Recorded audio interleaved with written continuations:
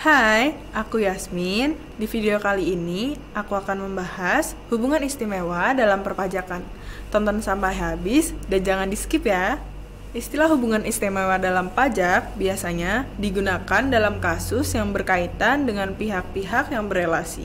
Hubungan istimewa antar wajib pajak akan terjadi apabila terdapat suatu kondisi yang diduga akan mempengaruhi pengambilan keputusan secara tidak wajar. Hubungan istimewa memiliki dasar yaitu pada Undang-Undang PPH Pasal 18 Ayat 4 yang mengatakan hubungan khusus antara satu WP dengan WP lainnya dalam sebuah transaksi akan menyebabkan mereka memiliki suatu kepentingan yang sama. Nah, dapat disimpulkan, pengertian hubungan istimewa berarti hubungan yang terjadi antara dua atau lebih wajib pajak yang akan menyebabkan PPh terutang mereka akan lebih kecil daripada yang seharusnya. Nah, selain itu, hubungan istimewa ini juga menyebabkan adanya kemungkinan suatu harga ditekan lebih rendah daripada harga pasarnya. Kemudian yang selanjutnya adalah faktor-faktor yang menyebabkan timbulnya hubungan istimewa. Faktor yang pertama adalah faktor kepemilikan atau penyertaan. Timbulnya hubungan istimewa pada faktor ini karena terdapat hubungan kepemilikan penyertaan modal sebesar 25% atau lebih, baik secara langsung maupun tidak langsung.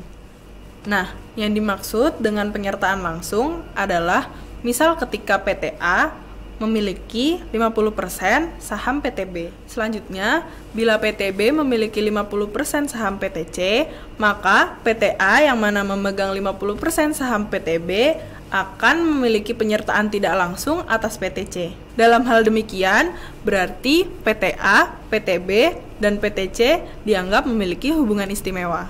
Nah, berlaku juga bila PTA memiliki 25% saham atas PTD. Maka, di antara 4 perusahaan tersebut terdapat hubungan istimewa.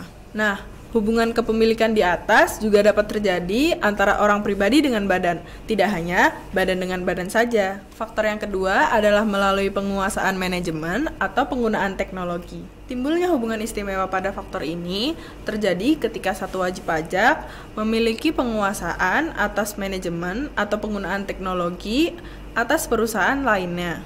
Hubungan istimewa juga berlaku untuk perusahaan-perusahaan di bawahnya yang berada dalam satu penguasaan yang sama. Saya memiliki contoh. Yang pertama, Tuan Roy adalah seorang CEO dari PTA sekaligus direktur dari PTC. Berarti terdapat hubungan istimewa antara PTA dan PTB yang disebabkan karena penguasaan manajemen.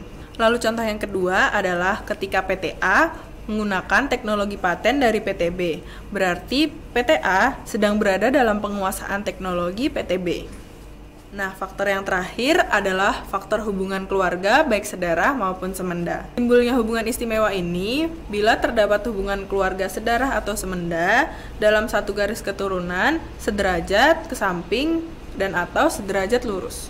Nah, yang dimaksud dengan hubungan keluarga sedarah ada dua, yaitu sederajat lurus dan sederajat kesamping. Nah, untuk sederajat lurus adalah seperti hubungan ayah, ibu, dan anak. Lalu jika hubungan sedarah sederajat kesamping adalah seperti adik dan kakak kandung. Nah, hubungan seperti kakek, nenek, dan cucu juga merupakan hubungan sedarah namun bukan sederajat.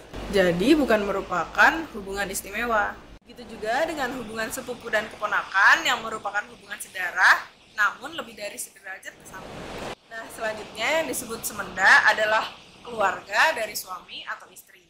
Keluarga semenda sederajat lurus mencakup mertua atau anak tiri. Lalu, hubungan semenda sederajat kesamping seperti saudara ipar. Baik, cukup sekian penjelasanku tentang materi ini. Terima kasih sudah menonton.